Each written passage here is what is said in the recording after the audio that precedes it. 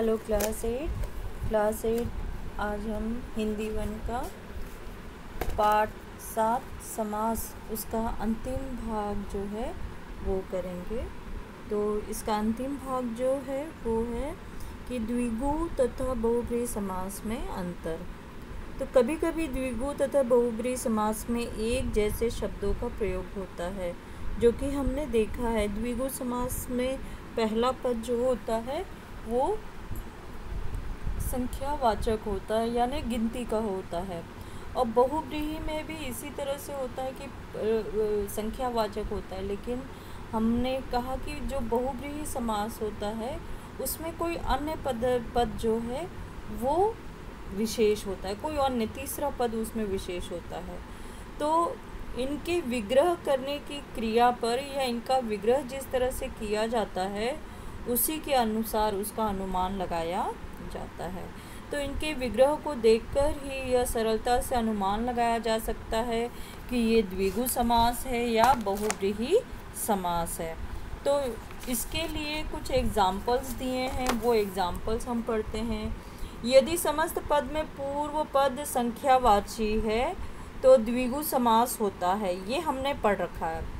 लेकिन कई बार ये होता है कि यदि दोनों पदों के मेल में कोई अर्थ प्रकट हो तो बहुब्रीहि समास भी माना जाता है। कोई अन्य अर्थ भी प्रकट अगर इसमें होता है कि जब हम उनको पदों को किस रूप में हम प्रयोग कर रहे हैं। जैसे यहाँ दिया है चतुर्भुज, उदाहरण दिया है चतुर्भुज, चार भुजाओं वाला, चार भुजाओं वाला। तो ये हो गया द्विगु समास। क्यों? क्योंकि उसका पूर्व पद जो है वो संख्यावाची है।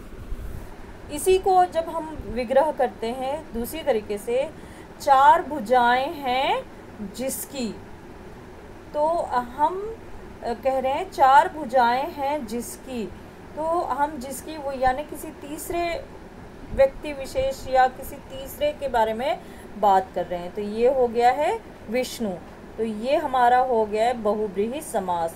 तीसरा अर्थ प्रकट हो रहा है जिसमें विष्णु का नाम आ रहा है। ठीक है। इसी तरह से है दशानन, 10 आनन हैं जिसके, तो ये बहुब्रीहि समास हो गया। ये 10 आनन हैं जिसके अर्थात रावण, तो ये हमारा बहुब्रीहि समास का उदाहरण हो गया है। और 10 आनन द्विगु समास का उदाहरण हो जाएगा। तो संधि और समास दो बिल्कुल अलग अलग तरह की प्रतिक्रियाएं हैं। इन दोनों शब्दों में संधि समास सारा कुछ हम देखने के लिए मिलता है। तो हम इसमें देखते हैं बच्चों कि हमने सीखा है कि दो या दो से अधिक शब्दों को मिलाकर नया शब्द बनाने की क्रिया को समास कहते हैं, और समस्त पदों को स्पष्ट करने की क्रिया को समास विग्रह कहते हैं। समास 6 प्रकार के होते हैं: अव्ययी भाव समास, तत्पुरुष समास, कर्मधारय समास, द्विगु समास, बहुब्रीहि समास और द्वंद्व समास। यहाँ पर अभ्यास प्रश्न दिए गए हैं, जिसमें दिया है कि देखेंगे आपने क्या सीखा है। तो पहला प्रश्न है, इसमें सही विकल्प पर सही का चिन्ह लगाए। युद्ध क्षेत्र शब्द का समास, शब्द का समास है, कौन सा है? तत्पुरुष समास है ये। प्रतिदिन शब्द का विग्रह है प्रत्येक दिन।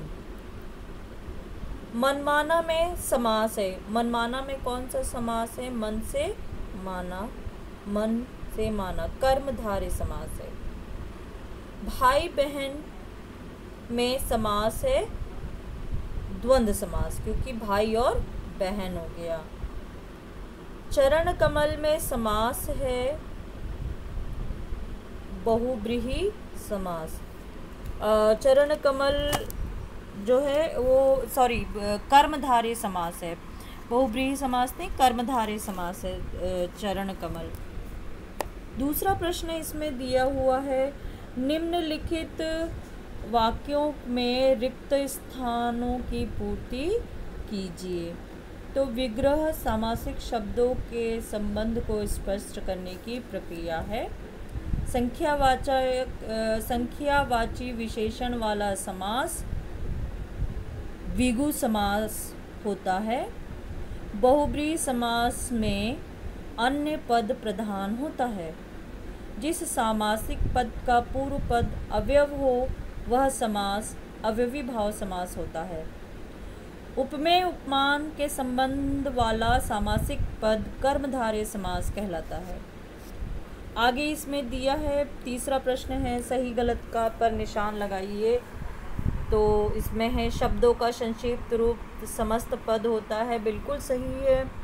द्विगु समास का पूर्व पद अवयव होता है, एकदम गलत है। द्वंद्व समास में दोनों पद प्रधान होते हैं, बिल्कुल सही है। दो या दो से अधिक पदों से नया पद बनाने की क्रिया समास कहलाती है, एकदम सही है। तत्पुरुष समास के 2 भेद होते हैं, बिल्कुल गलत है। तत्पुरुष समास के 6 भेद होते हैं, ठीक है, इसलिए 2 भेद गलत है। प्रश्न नंबर 4 दिया है, निम्नलिखित समस्त पदों का विग्रह कीजिए व समास का भेद भी बताइए। नीलकंठ, नीला कंठ, कर्मधारय समास। सीताराम, सीता और राम, द्वंद्व समास। नवग्रह, 9 ग्रहों का समूह, द्विगु समास। नीलगाय, नीली गाय, कर्मधारय समास। पथ भ्रष्ट, पथ से भ्रष्ट हुआ, अपादान तत्पुरुष समास। आजीवन, जीवन भर, अवयवी भाव समास। प्रश्न 5 है, निम्नलिखित पदों के समस्त पद बनाइए व समास का भेद लिखिए। तो 700 दोहों का समूह, सत सई, द्विगु समास। कमल के समान नयन, कमल नयन, कर्मधारय समास।